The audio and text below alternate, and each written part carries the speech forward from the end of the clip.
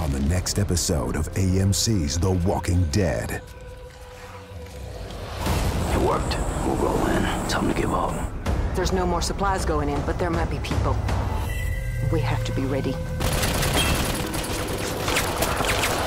Get the guns and get away on foot.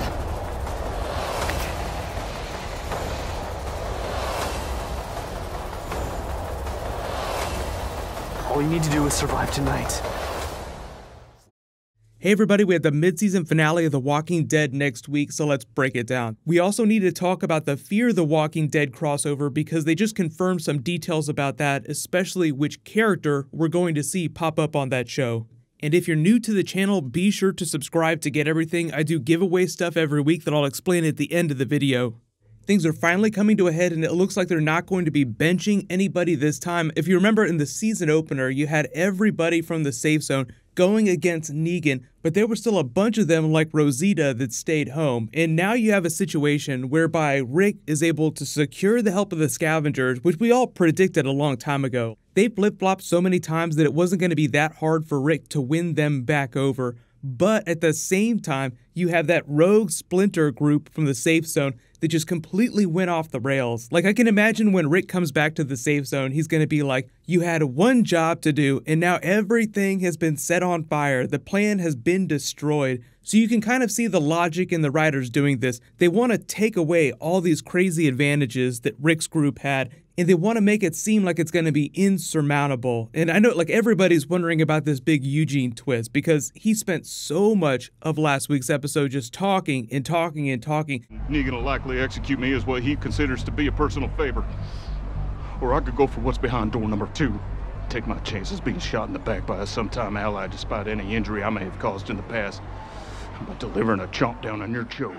And usually after a couple minutes of Eugene nonsense talk, you kind of tune out a little bit because even though he's trying to say that he's going to do whatever it takes to survive, you get that with that first conversation when they're on the rooftop. But then he goes in and he talks to Father Gabriel, and it's almost like a version of the confessional that they had inside the trailer when he was stuck in there with Negan. Like he's sort of confessing to him that I'm willing to do whatever it's going to take. And you can even see the look on Gabriel's face. Lord, take this dumbass away.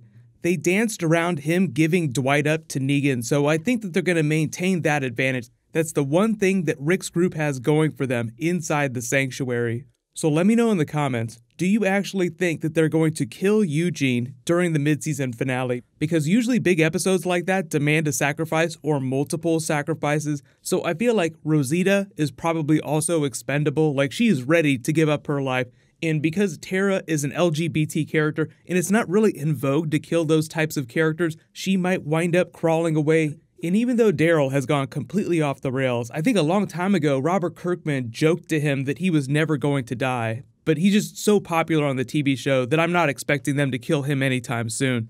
Same thing with Michonne. You saw her in the flash forward, so you already know that she survives to whatever that time period is. That seems like it's much, much further on than the end of the season because you have Rick with the giant gray beard. But they've been playing it fast and loose with those flash forwards, so some of it's a dream sequence, some of it seems like it actually might come to pass. Like the whole idea is that there's going to be some compromise, like they're not just going to mow each other down, the saviors in the safe zone.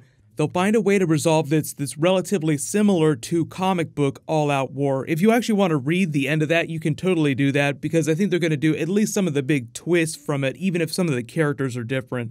So if you have read that and you want to talk about the comic book storyline, just please use spoiler tags in case people haven't read it yet. There's still a lot of people that haven't read the comics.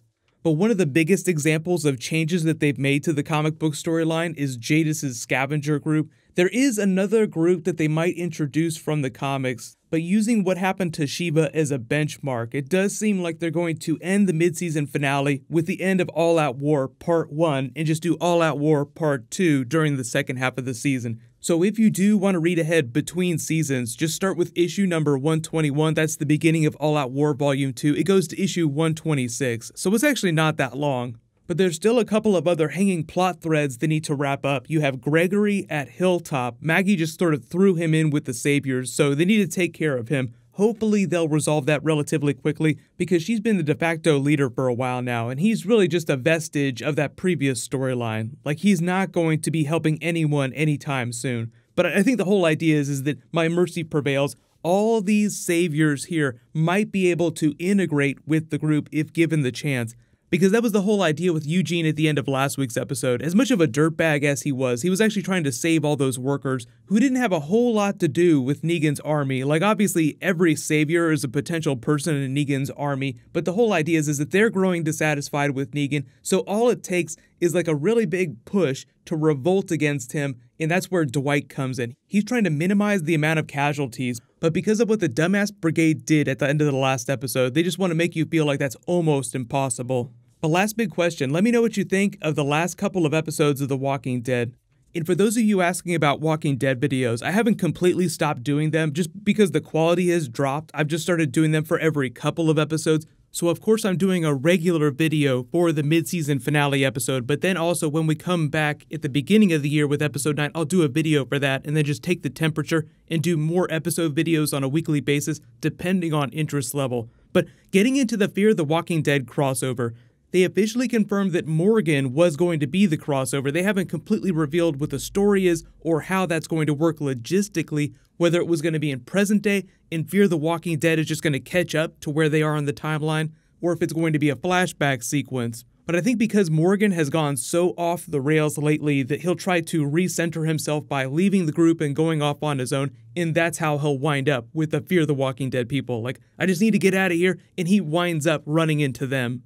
But I know about everybody's theories that they might be an origin story for the Whisperers and they'll introduce them in a later season. I do think that they'll push the Whisperers off to a future season just because it's such a big story arc in the comics and they're still in the thick of all-out war right now. Whisperers is like a thing that you do after you do the Negan storyline, so no spoilers for Whisperers, but that's just ways down the road. And there is a new round of that Walking Dead giveaway. We'll say they're for IMAX gift certificates just because it's movie season right now. So all you have to do to enter that is be a subscriber and leave a comment on the video. Congratulations to the winner from the last video, Juan Ocampo. Please private message me so I can get your contact details. You can click here for my new Infinity War Hulk video, and you can click here for all my other Walking Dead videos. Thank you so much for watching. Everybody stay awesome. I'll see you guys tonight.